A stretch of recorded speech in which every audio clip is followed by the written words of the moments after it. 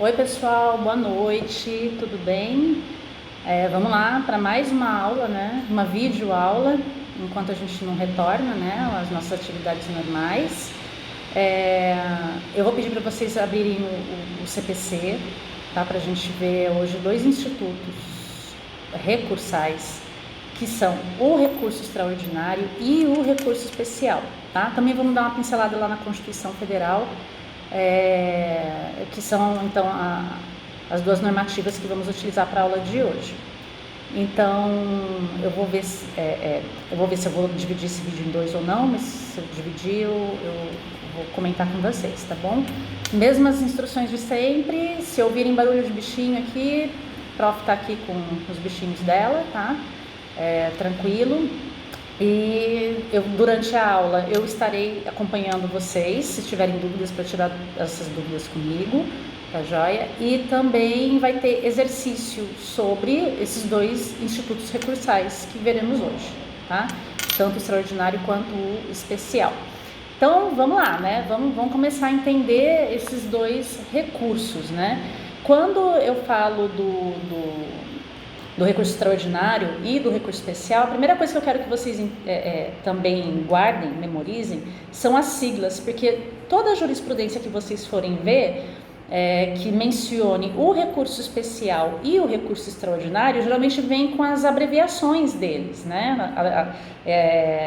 Os doutrinadores, né? Os juristas, eles não utilizam, via de regra, a nomenclatura por extenso, né? Então, só para a gente fazer uma identificação, né? Toda vez que vocês virem a sigla RESP, RE maiúsculo, né? SP minúsculo, tudo juntinho, RESP, a gente está falando de recurso especial. Quando vocês virem a sigla RE, tudo maiúsculo, é recurso extraordinário, tá? Então, recurso extraordinário RE, recurso especial RESP, né? Então, primeiro, o que a gente vai ver em relação ao recurso especial e o recurso extraordinário, né? São recursos, né, de fundamentação restrita. Não é um tipo de recurso que eu vou poder entrar para qualquer tipo de argumentação, tá? Ou seja, a fundamentação deles é inerente apenas à ofensa à matéria constitucional ou à legislação federal. Além disso, né, a interposição desses recursos vai depender de pré-questionamento, né? O que é o tal do pré-questionamento, né? É alguma alegação levantada, né, anteriormente pela parte recorrente sobre a eventual lesão para que o recurso seja admitido. Qual lesão, professora? Ou da lei federal ou da Constituição Federal, tá? Então, em alguma parte do processo tem que ter tido esse pré-questionamento do referimento dessas leis, tá? E o pré-questionamento, ele vai ter que ser suscitado de novo, ou seja, apresentado de novo dentro da petição, seja do recurso especial ou do recurso extraordinário. Então, eu vou ter que demonstrar que eu já argumentei isso, né? Eu já pré-questionei essa matéria. Geralmente, matéria de pré-questionamento, ela é feita em embargos de declaração, tá? Que é o primeiro que bate lá, que vem levantando, né, que de repente o juiz lá de primeiro grau não respeitou norma federal ou algum artigo da Constituição Federal, tá? Então, matéria pré-questionada tem que ser, além de eu já ter pré-questionado isso no processo anteriormente, tá? Eu vou ter que reforçar e mostrar, né, para os ministros, seja do STJ ou do STF, que essa matéria já foi pré-questionada. Então, requisito de admissibilidade do meu recurso especial e do meu recurso extraordinário. Antes da gente adentrar os pormenores de cada recurso, eu vou dar um aspecto geral para já ficar bem fixado na cabeça de vocês quando que usa um e quando que usa o outro recurso, tá? Então, quando a gente fala do recurso especial, ele vai buscar uniformização da interpretação dada à legislação federal, tá? Então, teve divergência, teve conflito de legislação federal, eu entro com um recurso especial, tá? Enquanto que o recurso extraordinário, ele vai buscar o quê? conflito, ferimento da interpretação da Constituição Federal. Então, é simples, se a gente for ver, né, quanto o objetivo, né, do recurso especial. Então, feriu legislação federal, que nem CLT, o próprio CPC, o Código Civil, o Código Penal, são legislações federais, tá? E quando eu tenho o ferimento expresso direto da Constituição Federal, então eu entro com recurso extraordinário, tá? Então, diferenciando o recurso especial de recurso extraordinário, tá? Vou dar um exemplo aqui para vocês, né, de como a gente pode diferenciar isso, né? Por exemplo, se o Tribunal de Justiça do Rio de Janeiro, né, chega a uma decisão diferente da tomada, né, da decidida pelo Tribunal de Justiça de São Paulo sobre o mesmo dispositivo de lei ou tratado federal, vai competir ao STJ decidir qual que é a interpretação adequada, servindo de orientação a todos os tribunais de justiça e os tribunais federais. Então, eu estou falando do recurso especial, porque eu estou falando que a legislação federal foi ferida, né? Então, teve esse conflito, teve esse dissídio, conflito de jurisprudência, tá? Já o recurso extraordinário, né, ele vai ser julgado exclusivamente pelo STF, tá? Vai julgar as decisões de tribunais estaduais ou federais que contrariam a Constituição Federal e pode declarar a inconstitucionalidade de norma estadual ou federal. Então, tem norma estadual ou federal, tá? Que fere a Constituição Federal. Então, o que eu vou fazer? Se está ferindo norma constitucional, eu vou entrar com recurso extraordinário, tá?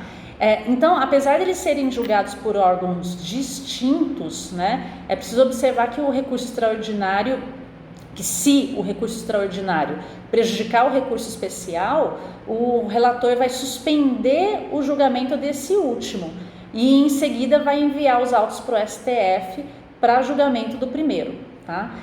Caso haja entendimento diferente de relator, o STF vai devolver os autos do processo ao STJ, né, visando ao julgamento, né, cujo a decisão deve ser atacada pelo relator, tá? Então, desse jeito, né, ambos os recursos têm o viés de fundamentação restrita, que cabe apenas à ofensa de matéria constitucional ou de legislação federal, né? Esses requisitos diferenciados de admissibilidade, né, do recurso especial e extraordinário, eles são algo que reflete da preocupação dos legisladores. Para quê? Para evitar o uso incorreto deles, para não ser medida protelatória, tá? Então, esses recursos vão ser utilizados de forma excepcional, não é um recurso recorrente, pois o uso indiscriminado pode sobrecarregar os tribunais superiores, inclusive dar uma litigância de má-fé, tá? Então, o recurso extraordinário, né? Vamos entender um pouquinho do que os doutrinadores falam. Que nem o Humberto Teodoro Júnior, que é o nosso grande processualista civil, né? Ele fala que é um recurso que visa a manutenção da autoridade e unidade da interpretação jurídica em matéria constitucional. Então, vamos uniformizar? Vamos tentar uniformizar a jurisprudência constitucional? Então, o que eu vou fazer? Eu vou entrar com recurso extraordinário, tá? Então, como tem vários julgadores em instâncias inferiores, e pode acabar ocorrendo divergência com relação à interpretação, né, de determinada norma constitucional, nesse caso, né, o que vai ser previsto é a utilização do recurso extraordinário.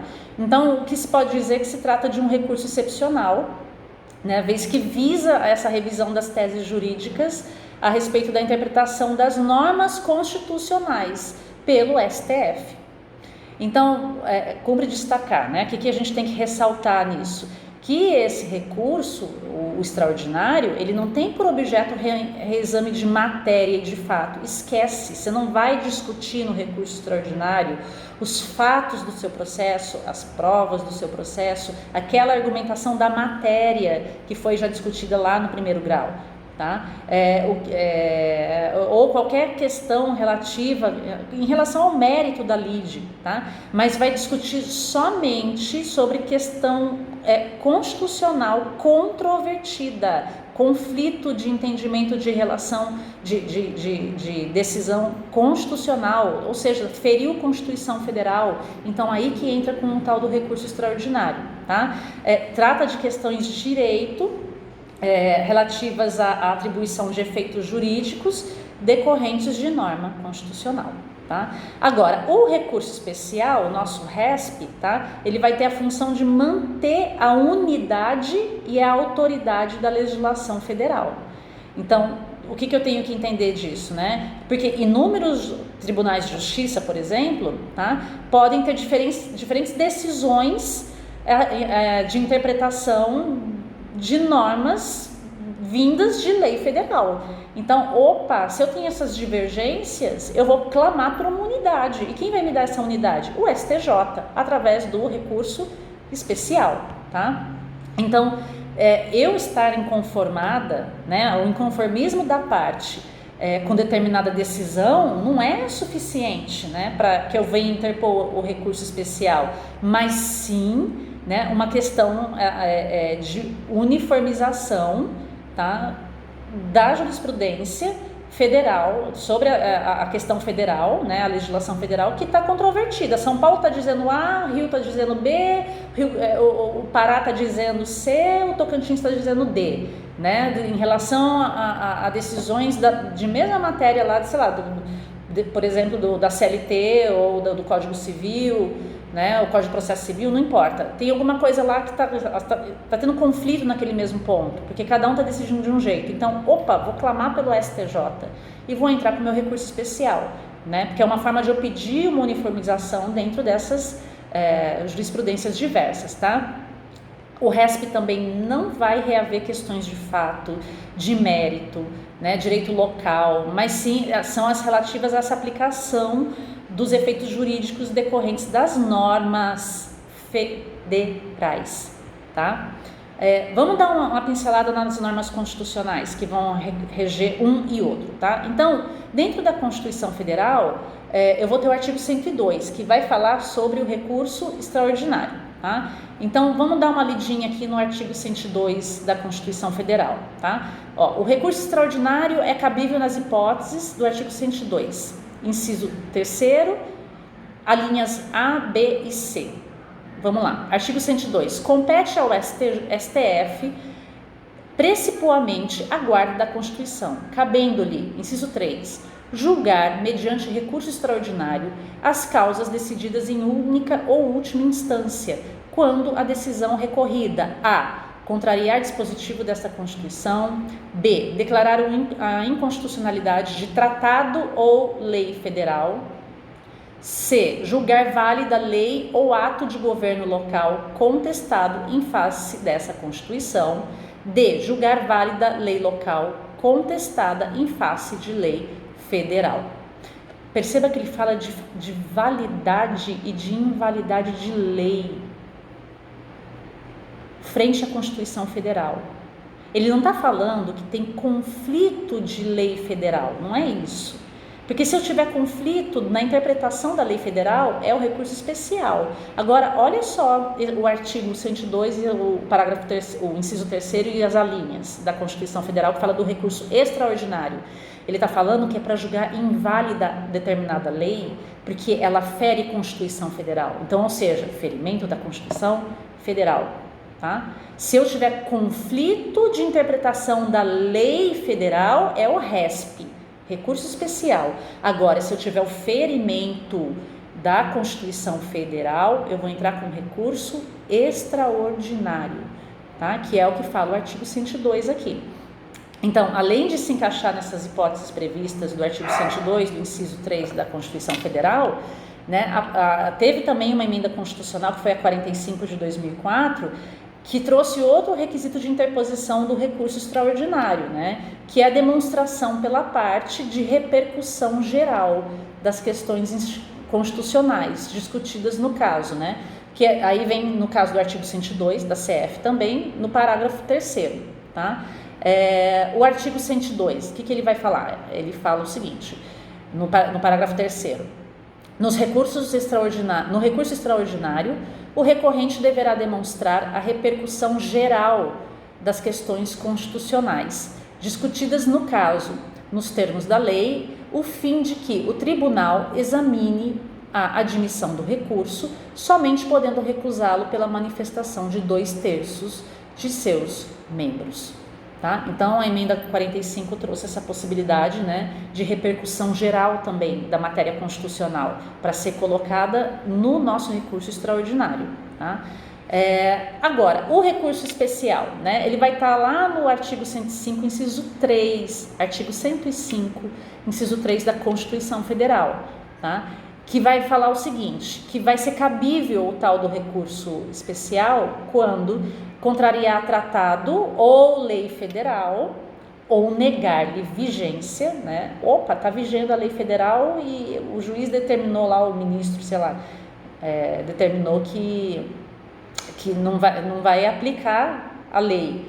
Então, vai caber o RESP, tá? Julgar válido ato de governo local contestado em face de lei federal e der à lei federal interpretação divergente da que lhe haja atribuído outro tribunal, tá? Então, olha só, vamos lá naquele ato do julgar válido ato de governo local contestado em face de lei federal. Então, o RESP também pode validar, tá? Dar validade a um ato governamental local, que nem o Estado do Tocantins está lá com uma legislação, que falaram que essa legislação ela é inconstitucional. Opa, peraí, então eu posso entrar com o RESP falando que ela é inconstitucional, não, desculpa, que ela fere lei federal, tá? Então tem uma lei estadual que alguém está argumentando que fere a lei federal. Se eu quero que a legislação estadual do Tocantins tenha validade, seja reconhecida essa validade e dizer, olha, a legislação do Tocantins não está ferindo a lei federal, eu entro com o RESP para pedir também o reconhecimento dessa legalidade, tá? E aí o segundo, né, der a lei federal, o terceiro item, né, der à lei federal interpretação divergente da que lhe haja atribuído outro tribunal. Então, divergência de interpretação federal por diversos tribunais, então eu vou pegar e vou entrar com o tal do RESP, do meu recurso especial, tá? O recurso especial, diferentemente do recurso extraordinário, ele só vai ser cabível contra acórdãos do tribunal, tá? Então eu preciso ter essa divergência. Então no recurso especial eu preciso demonstrar dentro do meu recurso especial que tem a divergência do Tribunal de Justiça de São Paulo, do Pará, do Tocantins, né, do Maranhão, sobre aquele mesmo foco dentro daquele artigo da lei federal, tá? Então, eu conseguindo juntar essas jurisprudências, eu consigo o meu requisito, inclusive de admissibilidade, para demonstrar que o meu recurso especial ele tem que ser aceito, que o tribunal, o STJ, vai ter que analisar o meu recurso especial, tá? Então, eu não vou utilizar recurso especial, né, para ir contra decisão de primeira instância, de primeiro grau, tá? Ainda que seja proferido em causas de alçada, ou seja, em única instância, né? Também é preciso, assim, a gente reforçar, né, que não vai caber recurso especial também contra a decisão das turmas recursais. O que são as turmas recursais? São as turmas do juizado especial criminal, por exemplo. O juizado especial criminal, né, ele não tem um procedimento mais célere, tá? Então, quando eu quero recorrer, eu só não tenho uma instância que é a única de recurso especial, né? É o que então que a gente está falando? No caso do juizado especial criminal, né? Eu estou falando das casas de alçada, tá? Das turmas recursais. Vamos dar uma lida numa súmula aqui, 203 do STJ, que ele já menciona isso. O que diz a súmula 203? Não cabe recurso especial contra a decisão proferida nos limites de sua competência por órgão de segundo grau dos juizados especiais. Eu dei o exemplo do criminal, mas pode ser o juizado especial civil também, tá? Então, não posso entrar com RESP. Ah, mas o juizado especial, a turma recursal, né, do juizado especial civil do Pará, do Maranhão, sei lá, estão divergendo sobre lei federal e eu vou entrar. Não pode, tá? Não vai caber o RESP. Então, esse recurso só vai ser cabível, né, quando tiverem se esgotado os recursos ordinários previstos na legislação processual vigente. Aí, por isso que ele é excepcionalidade, ele é o último, né, o último dos últimos, o RESP e o RE, né? Então, para eu interpor o tal do recurso especial, o que eu preciso, né? Anteriormente, pré-questionar a matéria, ou seja, a necessidade de ter havido esse debate anterior sobre essas alegações do recurso, tá? O artigo 1029 do CPC, e nos casos previstos nas constituições federais, que daí vai estar lá disposto no artigo 102 e 105 da CF, né? Diz o que o artigo 29 do CPC? Que vai poder ser interposto junto o RESP, o recurso especial, e o RE, o recurso extraordinário, né, perante o presidente ou o vice-presidente do tribunal recorrido, né, quando for constatado que tem essa lesão à matéria constitucional ou à matéria de lei federal, tá? Então, vão ser as formas. Então, professora, peraí, a senhora está dizendo que eu vou entrar com os dois recursos, mas em tribunais diferentes? Sim, porque o RESP eu tenho que entrar no STJ. O RE, o recurso extraordinário, eu entro no STF, mas eu posso entrar com os dois em conjunto. Então, não é para o mesmo tribunal. Perceba, eles vão tramitar, inclusive, juntos, tá? Quando eu coloco eu proponho em conjunto, né, o RESP, o recurso especial, e o RE, o recurso extraordinário, né, não significa que eu estou ferindo aquele princípio da unicorribilidade que a gente já viu, tá? E nem da singularidade. Por quê? Porque cada um está no seu tribunal. Um está no STJ e o outro está no STF, tá? E eles estão com fundamentos distintos, porque um está questionando a falta de uniformidade da jurisprudência sobre a lei federal, no caso do STJ-RESP, e o outro está questionando a matéria constitucional em si, né, que é o caso do RE, do recurso extraordinário, lá no STF. Tá? Então, o que acontece? A gente pode dizer que eles se tratam de recursos de espécies distintas, né, e o que veda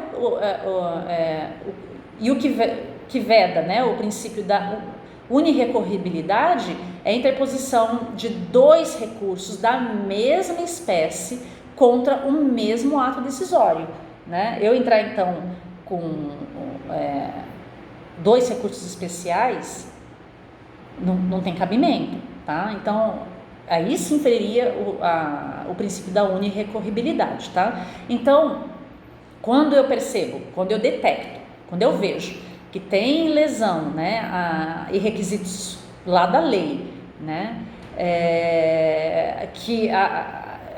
que devem ser atacados, né, eu então não só posso, como eu devo interpor ambos os recursos, né, em petições distintas, cada um tratando do seu objeto. Um vai atacar lá as jurisprudências sobre a lei federal, porque a lei federal está tendo uma interpretação maluca, louca, e você precisa clamar ao STJ para que venha trazer uma pá de cal, né, definir isso em relação àquela interpretação da lei federal, e o outro porque a norma constitucional foi ferida, né? Então, cada um no seu quadrado, um lá no STJ, outro no STF, cada um com os seus requisitos, tá? O que as petições desses recursos têm que conter, né? Então, exposição do fato, do direito, né? Deve então o recorrente descrever os fatos ocorridos e trazê-los, né, com a norma jurídica. Vai ter que demonstrar também o cabimento do recurso interposto, por que esse recurso tem que ser apreciado, tá? Então, nesse ponto, o recorrente tem que demonstrar que preencheu os requisitos gerais do recurso, né? Por exemplo, cabimento, tempestividade, preparo das custas, né? Além da observância dos requisitos especiais, então, o pré-questionamento, se tem repercussão geral, né? E alguns outros requisitos que a gente vai ver até um pouquinho mais para frente. Então, não é facultativa essa demonstração, ela é obrigatória. Se eu não demonstro isso, os tribunais não vão reconhecer o meu recurso, ou seja, eles não vão analisar o meu recurso, né? O meu recurso não vai ser reconhecido, ou seja, ele não vai ser sequer analisado, tá? Então, outra coisa que tem que ter, as razões do pedido da reforma ou da invalidade dessa decisão recorrida, né? O recorrente vai ter que demonstrar de forma muito nítida, né, ao tribunal, seja o STJ ou o STF, as razões pelas quais ele acredita, né, que o recurso tem que ser provido, dar o provimento do recurso, de forma que venha reformar ou invalidar a decisão recorrida, né, seja em relação à interpretação da lei federal, seja em relação ao ferimento da Constituição Federal, tá? Então, o recurso, né, ele vai poder fazer o quê? Né? Ele vai se fundar num dissídio jurisprudencial, que é o conflito. O que é dissídio jurisprudencial? Conflito de jurisprudência, né? Para uma mesma questão de direito dos tribunais diferentes. Então, vamos dar uma lidinha no artigo 1029 do CPC para a gente ver melhor essa ideia aqui, tá? Artigo 1029, parágrafo 1º.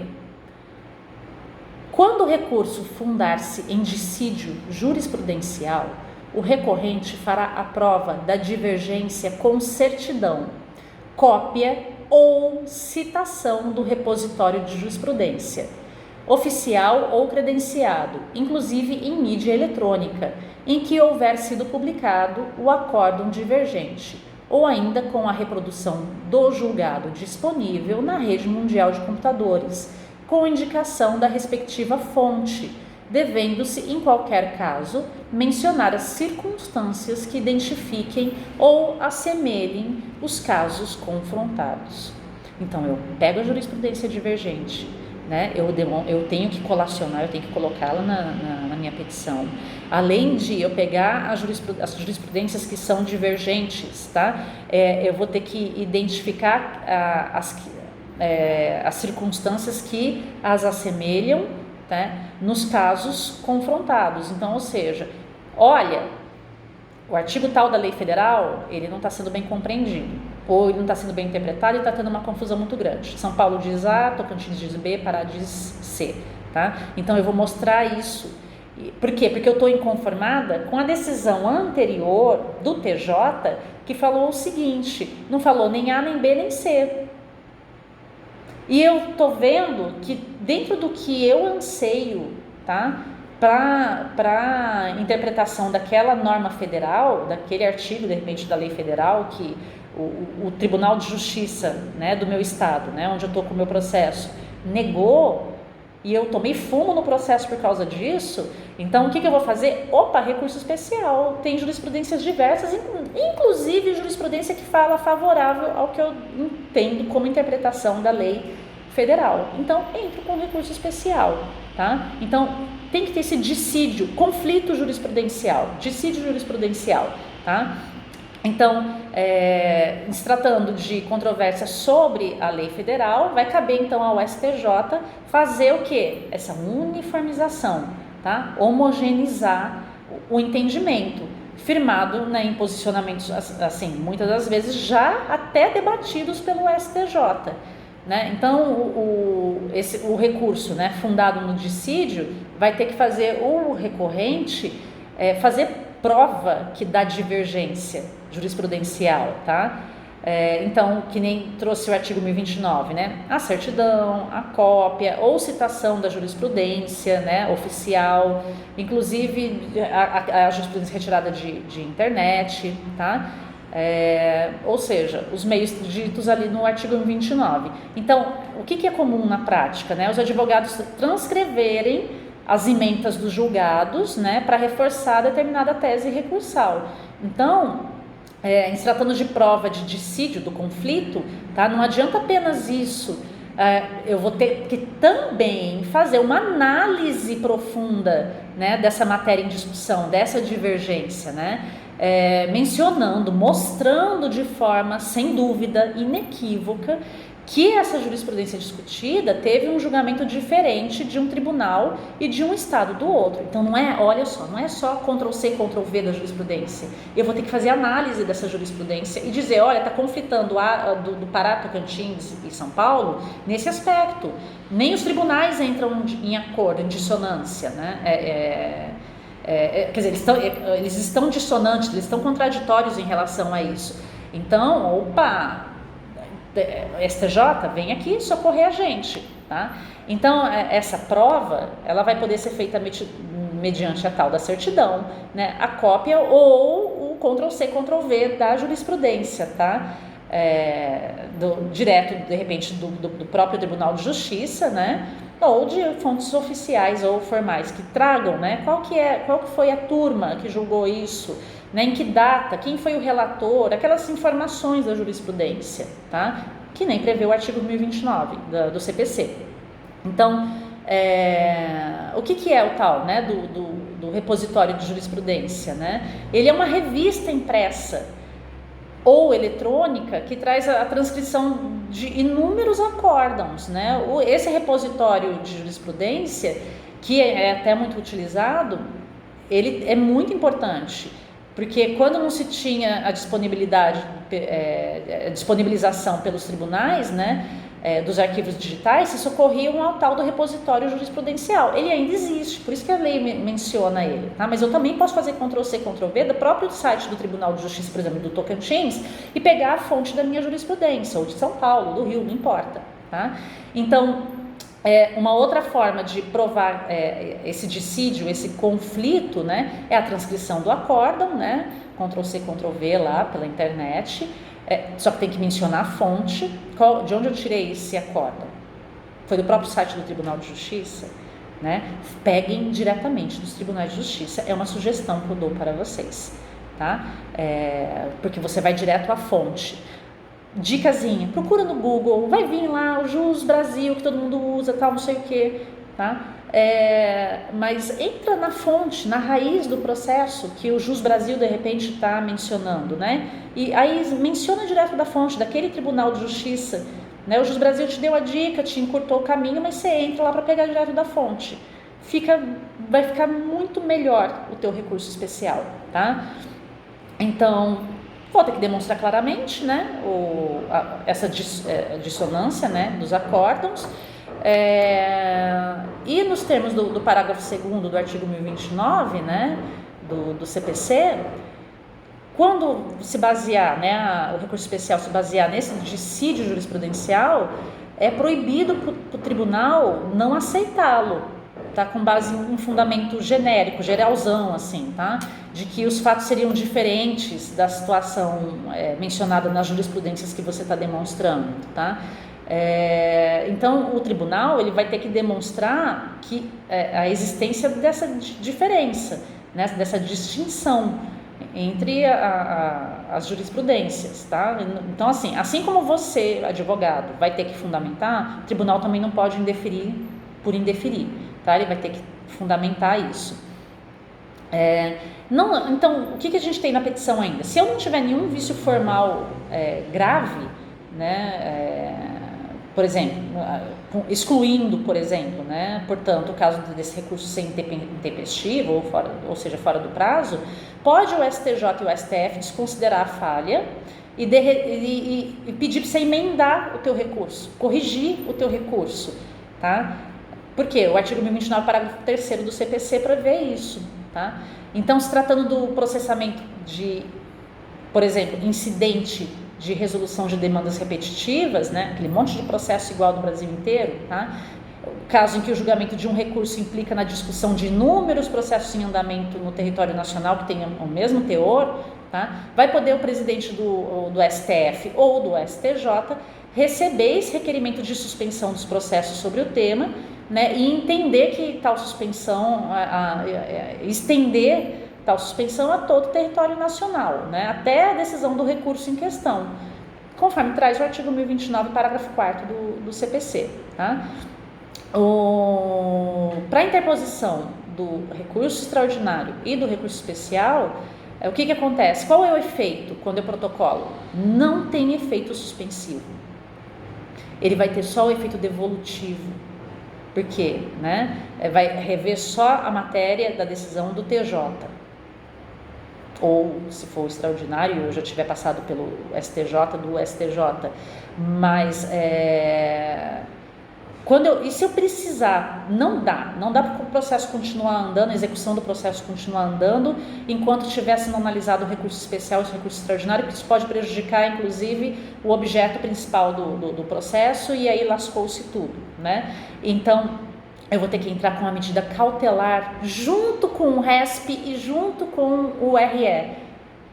Olha só, então eu além de fazer as duas petições separado, eu vou ter que pedir dentro dessas duas petições uma medida cautelar. Porque se eu entrar só com recurso especial ou só com recurso extraordinário falando as divergências, seja da lei federal ou da Constituição Federal, acabou, o meu processo, a execução dele vai continuar ocorrendo, ele não vai ser suspenso até que seja julgado, né? Os efeitos do processo não vão ser suspensos até que seja julgado o recurso especial e o recurso extraordinário. Então, não esqueçam, se tiver que suspender os efeitos da execução do processo, do andamento do processo em relação à decisão, né, que foi julgada pelo TJ, entra com a cautelar junto das petições, tá? E das duas, seja do RESP, seja do RE. Tá? Então, se o recurso, né, em relação à formulação do pedido, tá? Quais são as hipóteses que o CPC vai trazer? Né? Se o recurso tiver acabado de ser interposto, o recorrente vai poder requerer a concessão do efeito, né, lá da cautelar, que seja em Brasília, e o relator que recebeu isso, né, esse requerimento vai ser o prevento para julgar o recurso extraordinário ou o recurso especial. Então, olha só, se eu entrei pedi uma cautelar e aí houve um primeiro contato do relator para análise dessa cautelar, por que eu estou falando isso? Eu posso fazer o pedido na mesma petição da cautelar? Posso. Vai ser eletrônico? Vai. Quando é eletrônico é distribuído automaticamente, mas tem muito processo em Brasília, né, de recurso extraordinário, que vai caber recurso extraordinário que já estava no STJ, que às vezes não está no modo eletrônico, ele está no modo físico ainda.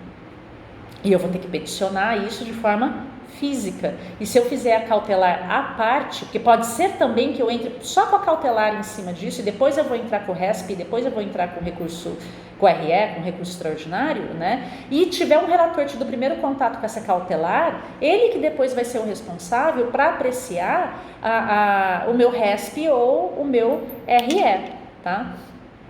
Então, prazos, vamos entrar de prazo. RE e RESP, 15 dias, vai abrir prazo de 15 dias também para a parte contrária se manifestar, tá?